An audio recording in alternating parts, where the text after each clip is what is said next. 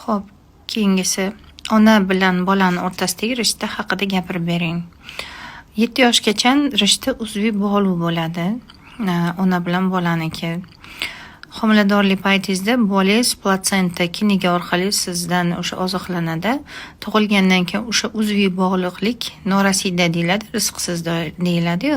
O'sha emotsional holati, ruhiy holati sizniki bilan teng proporsiyada yuradi. Siz hattoki dunyoni boshqa chekkasida bo'lsangiz ham ruhiyatingizdagi o'zgarish, qo'zg'alish bolangizga ta'sir qiladi. 100% uzviy bog'liq.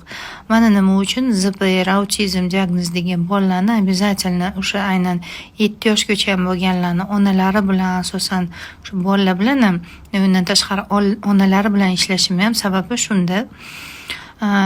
Kelganingizda yana qo'shimcha savollaringiz bo'lsa bersangiz bo'ladi, ma'lumotlar beramiz yoki yana savollar yozsangiz javob beraman. Psixosomatika deyiladi.